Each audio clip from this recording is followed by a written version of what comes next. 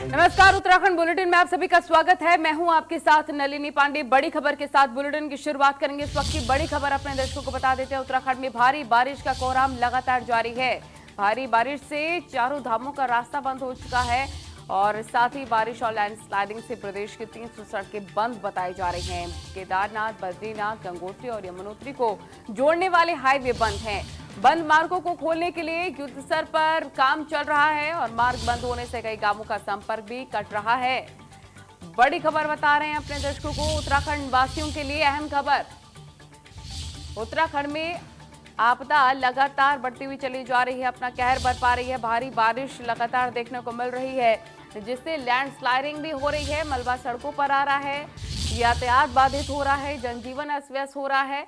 ये एक्सक्लूसिव तस्वीरें देखिए। तो उत्तराखंड वासियों के लिहाज से बड़ी खबर हम दिखा रहे हैं। एक्सक्लूसिव तस्वीरें देखिए।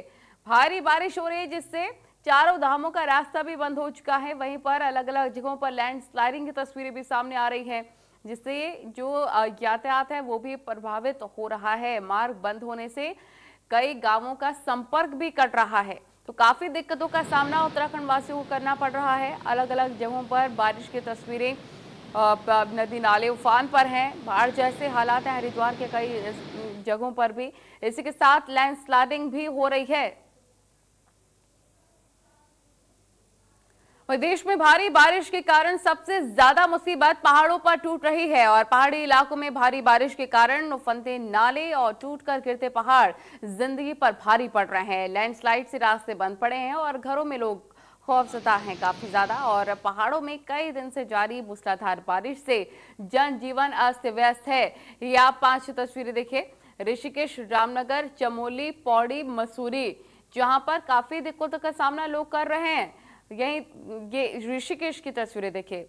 नदी नाले सब कुछ उफान पर है। रामनगर में देखिए, चमोली में देखिए लैंडस्लाइडिंग, और मसूरी और पौड़ी में भी ऐसे ही हालात बने हुए हैं।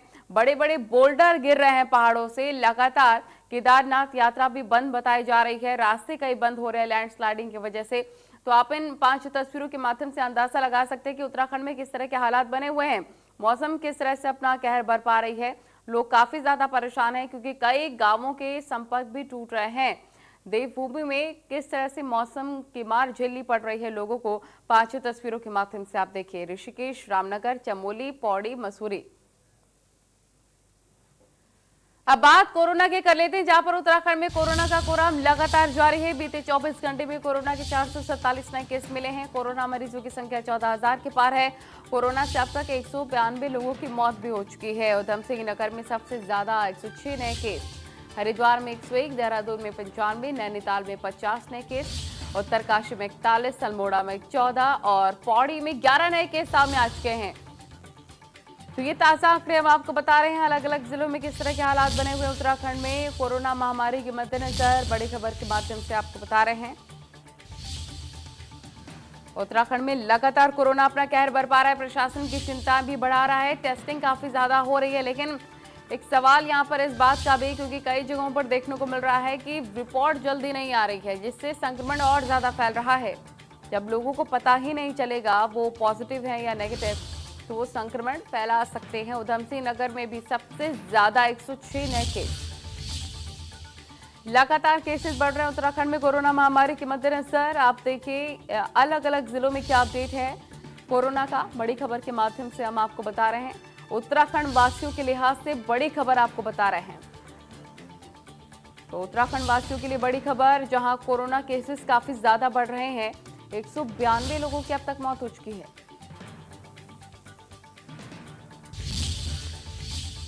देहरादून से सुभाष गौड़ हमारे रिपोर्टर तमाम जानकारी के साथ लाइव जुड़ गए हैं। हमारे साथ सुभाष, बताया जा रहा है कि उधम सिंह नगर में काफी ज्यादा केसेस देखने को मिल रहे हैं।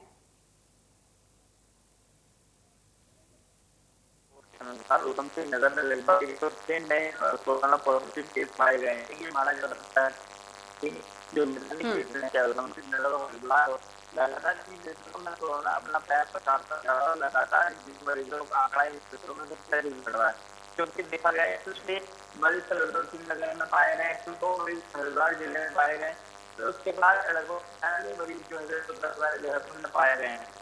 यानी कि माना जा सकता है कि लगातार कोरोना अपना पैर प्रदेश में पसारा, उसमें लगातार जो मैदानी क्षेत्र में उन क्षेत्रों में सबसे अधिक कोरोना फैल रहा है। और ये जो सरकार लगातार प्रयास कर रही है क्योंकि शहरों को पूरी तरीके से खोल दिया है, मार्केट खोल दी गई है, तो जो लोग हैं जनता है सोशल डिस्टेंस का पालन करते ही नजर नहीं आ रही और यही कारण है देश में कोरोना वायरल जैसे मामले तेजी से फैलते हैं। हालांकि देखा जाए तो टेस्टिंग है वो सही समय पर नहीं हो पा रही है, रिपोर्ट आने को काफी समय लग रहा है। यही कारण माना जा रहा है कि बिल्कुल पानी पहुंच जाए और ये दिन कोरोना है व्यक्ति कोरोना लोगों को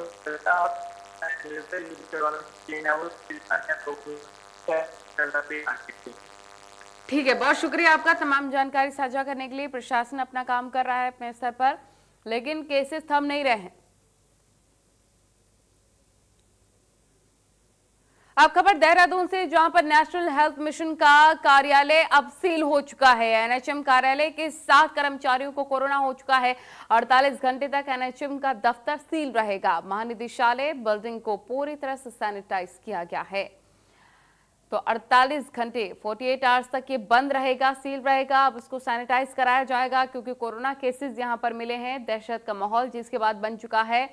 ये देहरादून की खबर आपको बता रहे हैं। 7 कर्मचारियों को हुआ है कोरोना, जिसके बाद पूरे दफ्तर को, पूरे कार्यालय को सील किया गया है।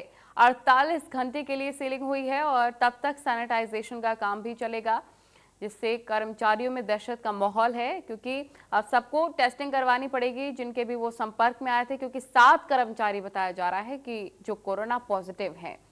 एनएचएम कार्यालय के हैं ये 7 कर्मचारी जिनको कोरोना हुआ है, जिससे बाकी के कर्मचारियों में भी दहशत का माहौल तो बना ही हुआ है। लेकिन अब पूरे कार्यालय को, पूरे दफ्तर को सील कर दिया गया है एहतियात के तौर पर और सैनिटाइजेशन का काम भी जारी है। महानिदेशालय बिल्डिंग को सैनिटाइज किया गया है।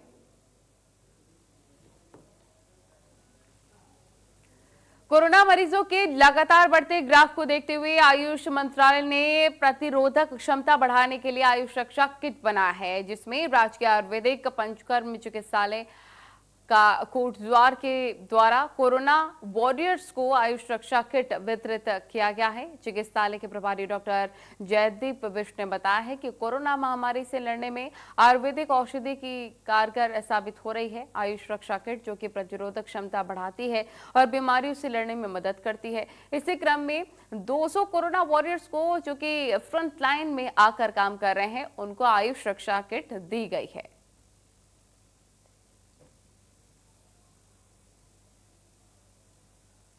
तो कोरोना वॉरियर्स को ये बांटी गई है किट, जो कि फ्रंटलाइन पर आकर लगातार सेवाएं देते हैं। 200 कोरोना वॉरियर्स को ये औषधि दी गई है। रामनगर में जंगल में वर्चस्व की लड़ाई को लेकर 3 बाघों का वीडियो वायरल हो रहा है। हालांकि वन विभाग के अधिकारी अभी इसकी जांच की बात कर रहे हैं। गौरतलब है कि इन दिनों रामनगर वन प्रभाग के टेढ़ा के जंगल में 3 बाघों के होने का वीडियो वायरल हो रहा है। इस वीडियो में 2 नर बाघ संघर्ष करते नजर आ रहे हैं, जबकि एक बाघ उन्हीं के साथ खड़ा है, जो दोनों नर बाघों की लड़ाई शुरू होने पर भाग जाता है। हालांकि रामनगर वन प्रभाग के अधिकारी इस वीडियो की जांच की बात कर रहे हैं। बहरहाल किसी जो दिलेर व्यक्ति ने इसका वीडियो बना लिया है, जो कि काफी खतरनाक काम है।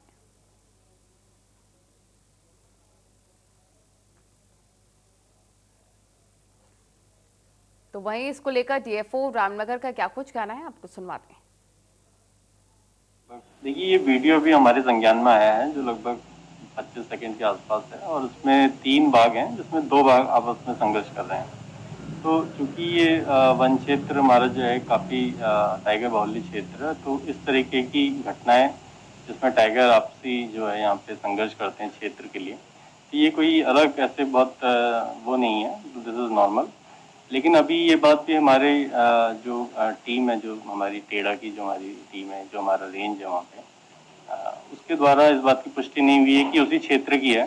तो क्योंकि उस आसपास का जो वन क्षेत्र देख करके भी अभी ये तो हमें संशय है, तो इसकी जांच की जा रही कि कहाँ का है और उसी हिसाब से इसमें आगे कार्रवाई की जाएगी। तो दो बागों के भिड़ने की हम तस्वीर आपको दिखा रहे थे। वहीं हरिद्वार में भिड़े हैं कांग्रेस और बीजेपी पार्षद। बीजेपी पार्षदों ने उड़ाई है सोशल डिस्टेंसिंग की धज्जियां।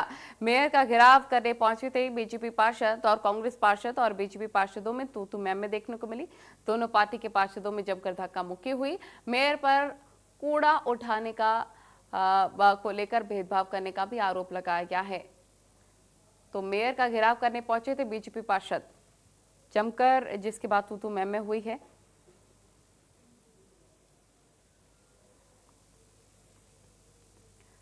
नेशनल हाईवे पर हो रहे गड्ढे और राज्य में ठप पड़े विकास कार्यों से नाराज यूथ कांग्रेसी कार्यकर्ताओं ने यहां पर अनोखा प्रदर्शन किया है।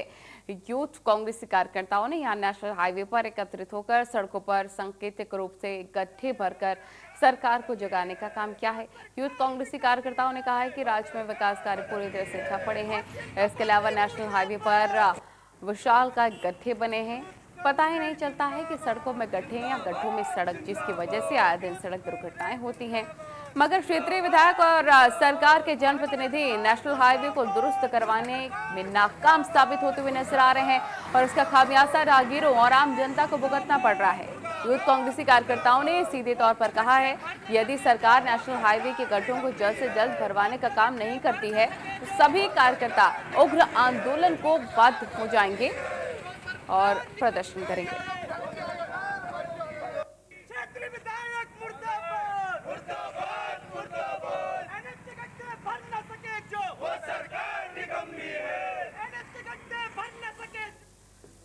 क्षेत्रवासियों द्वारा की जा रही वर्षा से लालकुआं नगर पंचायत सीमा विस्तारीकरण की मांग पर लालकुआं विधायक एवं पूर्व नगर पंचायत अध्यक्ष पूरी तरह से गंभीर हैं। इसी मांग को लेकर क्षेत्रीय विधायक नवीन चंद्र तुमका एवं पूर्व नगर पंचायत अध्यक्ष पवन कुमार चौहान ने मुख्यमंत्री त्रिवेंद्र सिंह रावत एवं सचिव शहरी शैलेश पंगोली से मुलाकात कर जल्द ही नगर पंचायत विस्तारीकरण करने की मांग की है। पूर्व नगर पंचायत अध्यक्ष ने बताया कि उन्होंने लालकुआं नगर पंचायत सीमा विस्तार मामले को लेकर क्षेत्रीय विधायक नवीन चंद्र के नेतृत्व में मुख्यमंत्री त्रिवेंद्र सिंह रावत एवं सचिव शहरी विकास शैलेश पंगोली से मुलाकात की है, जिसमें उनके द्वारा लालकुआं नगर पंचायत का शीघ्र सीमा विस्तार करने की मांग की गई है।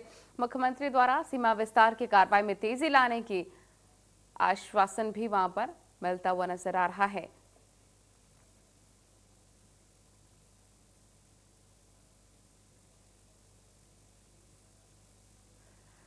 वह मसूरी में होम स्टे एसोसिएशन द्वारा मसूरी में होम स्टे संचालन को लेकर आ रही समस्याओं को लेकर मीटिंग हुई है, जिसमें पर्यटन विभाग द्वारा होम स्टे के लाइसेंस को नवीनीकरण को लेकर पर्यटन विभाग द्वारा अपनाई जा रही कार्रवाई पर कड़ा ऐतराज जाहिर किया गया है। होम स्टे संचालकों द्वारा बताया गया है कि कोरोना काल में मसूरी के सभी होम स्टे बंद पड़े हैं। अब ऐसे में कई होम स्टे संचालकों द्वारा होम स्टे का लाइसेंस नवीनीकरण नहीं हो सकता है। वहीं पर उन्होंने कहा है कि पर्यटन विभाग के अधिकारी होम स्टे के लाइसेंस का नवीनीकरण करने के लिए होम स्टे के सभी कागजात और नक्शे मांग रहे हैं, जो कि नियम के अनुसार गलत है। उन्होंने बताया है कि होम स्टे के लाइसेंस लेने को लेकर सरकार द्वारा जारी सभी नियमों के तहत वो कागजात जमा कर चुके हैं। वैसे में नवीनीकरण के दौरान दोबारा से सभी कार्रवाई करवाई जाने से होम स्टे संचालकों का उत्पीड़न हो रहा है।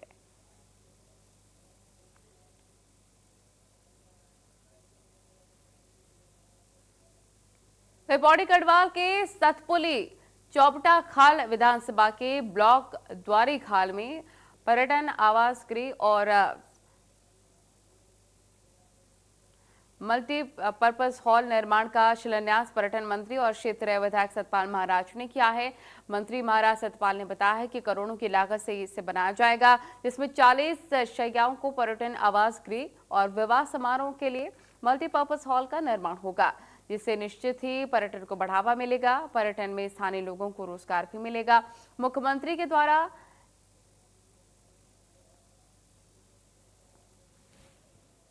राफ्टिंग को बढ़ावा देने के लिए कार्य किए जा चुके हैं, जिसमें कि न्यार घाटी में पर्यटन भी बढ़ सकता है।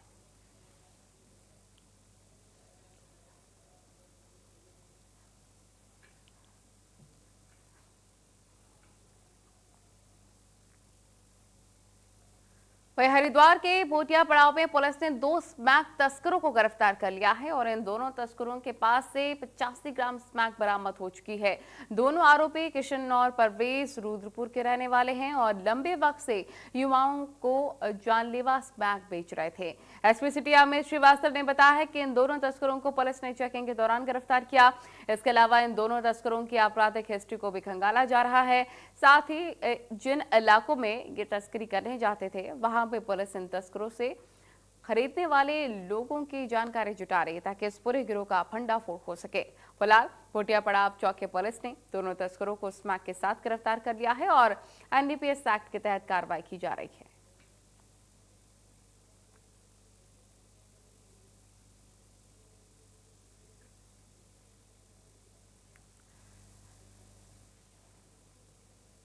वहीं पेयजल की उचित व्यवस्था करने की मांग को लेकर आंदोलन कर रहे कृष्णानगर कॉलोनी में निवासियों का धरना करीब 2 महीने बाद 30 अगस्त तक के लिए स्थगित हो गया है और कृष्णानगर कॉलोनी में कोरोना संक्रमित मरीजों की मौत के बाद खतरे को देखते हुए एसडीएम और मेयर के हस्तक्षेप के बाद धरना स्थगित किया गया है। निवासियों का धरना स्थल छोड़ने के बाद साफ कहना था कि 30 अगस्त तक यदि पेयजल की व्यवस्था नहीं होती है तो फिर वे अपना आंदोलन को जारी रखने के लिए मजबूर हो जाएंगे। वहीं पर एसडीएम ने इस समस्या का संज्ञान लेते हुए जल संसाधन के अधिकारियों से वार्ता कर पेयजल की व्यवस्था कराने का दावा भी किया है।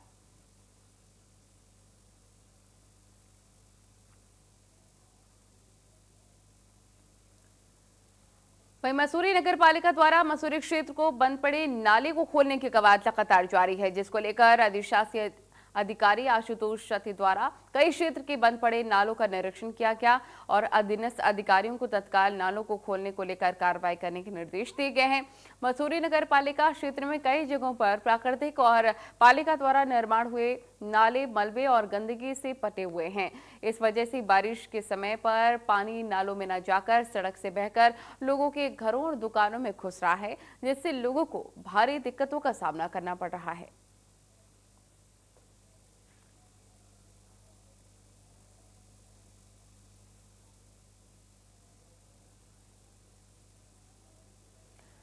अगर आप अपने फोन में पबजी गेम खेलते हैं तो सावधान होने की जरूरत है। इस गेम की लत आपके लिए बेहद ही खतरनाक साबित हो सकती है। ये गेम आपको मानसिक रूप से बीमार करने के साथ ही परेशान भी कर सकता है। अब ऐसा ही मामला हरिद्वार में भी देखने को मिला, जहां 2 युवकों ने गेम खेलते हुए सल्फास खाकर खुदकुशी कर ली। ये रिपोर्ट देखें।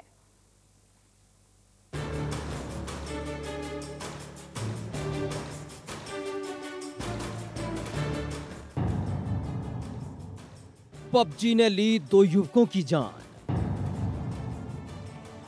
कमरे से नहीं मिला कोई सुसाइड नोट।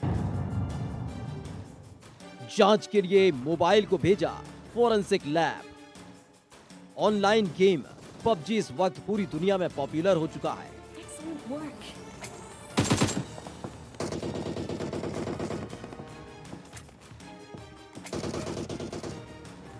कुछ ही वक्त में पबजी ने बड़ों से लेकर बच्चों तक अपनी एक खास जगह बना ली है।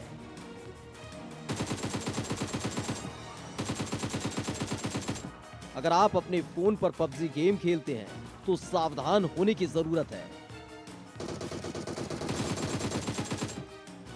इस गेम की लत आपके लिए बेहद खतरनाक हो सकती है। ये गेम आपको मानसिक रूप से बीमार करने के साथ साथ परेशान कर सकता है।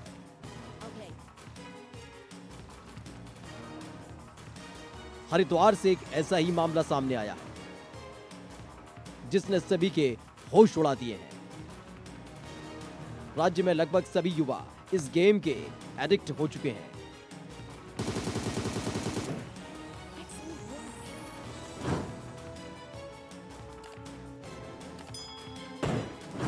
गेम का एडिक्शन इस कदर बढ़ चुका है कि आए दिन हैरान करने वाले मामले सामने आ रहे हैं।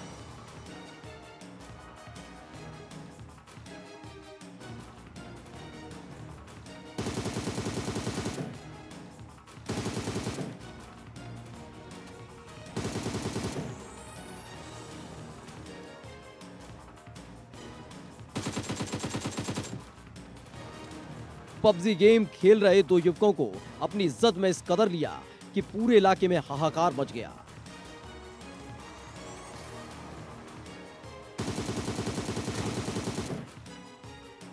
घटना सिडकुल क्षेत्र के एक कॉलोनी की है, जहां 2 युवकों की पबजी गेम खेलते हुए संदिग्ध मौत हो गई।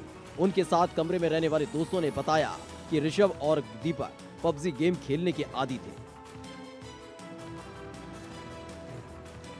हरिद्वार में पबजी गेम ने 2 युवकों की जान ले ली है। मामला थाना सिडकुल क्षेत्र का है, जहां पर दोनों दोस्त देर रात तक पबजी गेम खेल रहे थे और गेम खेलते खेलते बाद में दोनों ने सल्फास खाकर आत्महत्या कर ली। मामले का खुलासा साथ में रह रहे अन्य युवकों के द्वारा हो पाया है। फिलहाल पुलिस ने मोबाइल को कब्जे में लेकर जांच के लिए फोरेंसिक लैब भेज दिया है और पूरे मामले की जांच की जा रही है। भर में खेला जाने वाला पॉपुलर गेम। भारत में पबजी गेम के 5 करोड़ से ज्यादा दीवाने। पबजी का पूरा नाम प्लेयर अननोन्स बैटलग्राउंड, जिसका हिंदी अर्थ होता है युद्ध भूमि में अनजान खिलाड़ी। दुनिया भर में 400 मिलियन से ज्यादा लोग खेलते हैं पबजी। ब्लू व्हेल गेम पर प्रतिबंध लगने के बाद 2017 में लॉन्च हुआ पबजी। साउथ कोरिया की कंपनी ने पबजी को किया लॉन्च। ये गेम एक जापानी थ्रिलर फिल्म बैटल रॉयल से प्रभावित। फिल्म में सरकार छात्रों के एक ग्रुप को जबरन मौत से लड़ने भेज देती है। पबजी में करीब 100 खिलाड़ी किसी टापू पर पैराशूट से छलांग लगाते हैं, हथियार खोजते हैं और एक दूसरे को मारते हैं। खिलाड़ी तब तक एक दूसरे को मारते हैं जब तक केवल एक न बच जाए। पबजी गेम का सबसे ज्यादा एडिक्शन युवाओं पर पड़ा है। युवा इस गेम में इतना खो जाता है कि उसको अपने आसपास की चीजें भी नजर नहीं आती।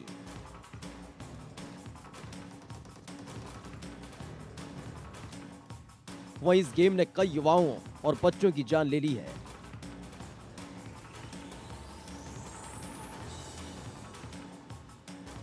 सिडकुल थाना अध्यक्ष लखपत सिंह बुटोला का कहना है कि कमरे से कोई सुसाइड नोट नहीं मिला है। मामले की जांच की जा रही है। वहीं ऋषभ और दीपक की मोबाइल जांच के लिए फोरेंसिक लैब भेजे जा रहे हैं। नशे से भी ज्यादा खतरनाक है पबजी गेम की लत।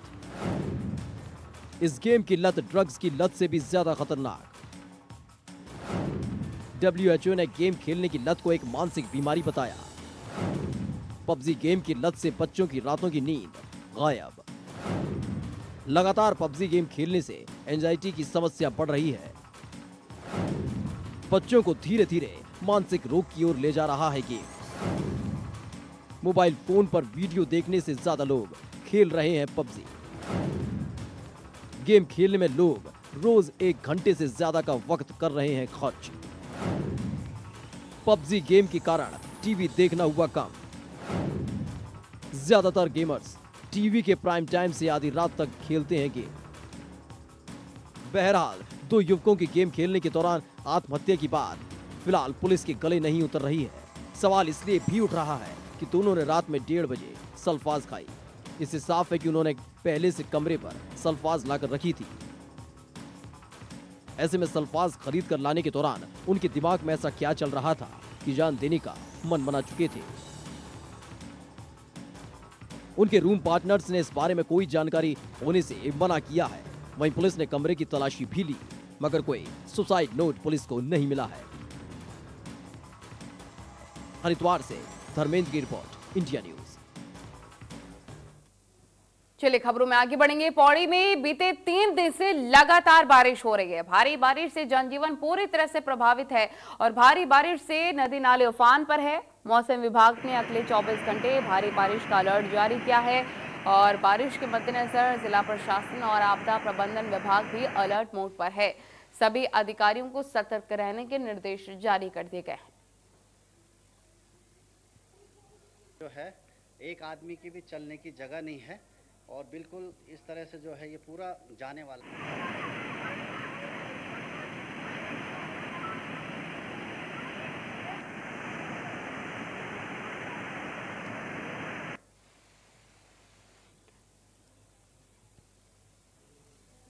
वहीं सीमांत जिले पिथौरागढ़ में बड़ा हादसा हो गया है। यहां पर चौसर गांव में सुबह करीब 4:30 बजे एक मकान भरभरा कर गिर गया। हादसे में 2 बच्चे और उनके पिता की दर्दनाक मौत हो गई, जबकि मां गंभीर रूप से घायल है। घायल महिला को मलबे से निकालकर जिला हॉस्पिटल में भर्ती कराया गया है। वहीं हादसे की सूचना मिलते ही जिला प्रशासन मौके पर पहुंचे। खतरे को देखते हुए प्रशासन ने 3 परिवारों को शिफ्ट कर दिया है।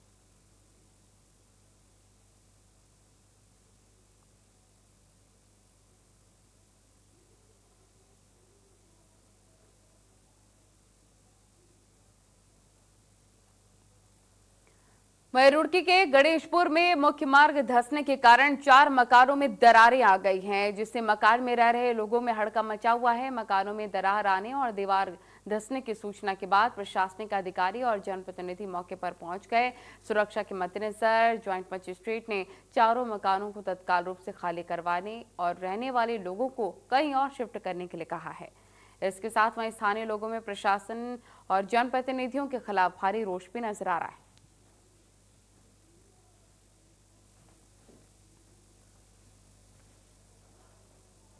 इसी के साथ फिलहाल इस बुलेटिन में इतना ही। नमस्कार।